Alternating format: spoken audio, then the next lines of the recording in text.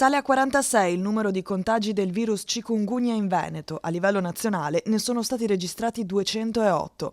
Dopo Isola della Scala, anche Cavaillon entra nell'elenco dei comuni veneti colpiti.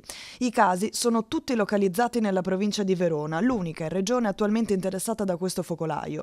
Il virus, che ha avuto origine il 6 agosto a Negrar, si è poi espanso ad Affi, Valpolicella, Villafranca e nel capoluogo.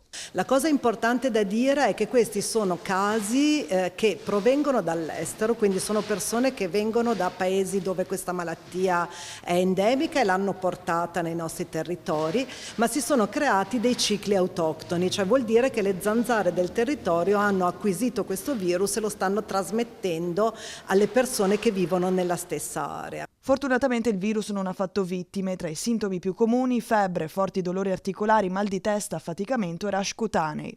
La diffusione, trasmessa dalla zanzara tigre, ha però già avuto impatti sugli eventi pubblici. 3 sagre sono state annullate, mentre la sagra del CEO è ripartita solo in forma ridotta. Ora l'attenzione è puntata sulla Fiera del Riso di Isola della Scala, in programma da questo fine settimana fino al 12 ottobre. È assolutamente importante, ed è quello che viene fatto, fare le disinfestazioni attorno al focolaio, cioè nella zona dove ci sono casi. È assolutamente inutile fare le disinfestazioni dove non ci sono casi, perché le disinfestazioni degli adulti servono a ridurre la trasmissione attraverso le zanzare e se non c'è il virus non serve fare queste disinfestazioni. Mi permetto invece di ricordare che è importante ovunque ridurre i focolai larvali, quindi i ristagni d'acqua soprattutto, e trattare i tombini con sostanze che possano uccidere le larve.